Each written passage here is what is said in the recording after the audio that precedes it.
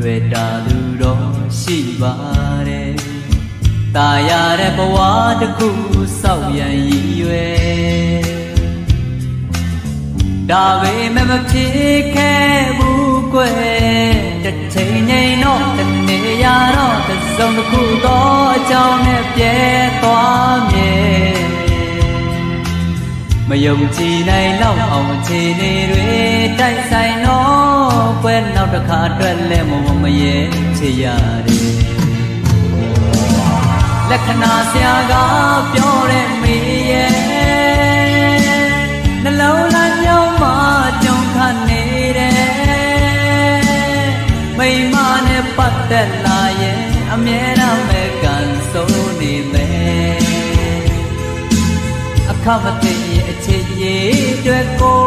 တောင်းရန်ရှာလိုက်မဲ့မြတ်ကချစ်သမား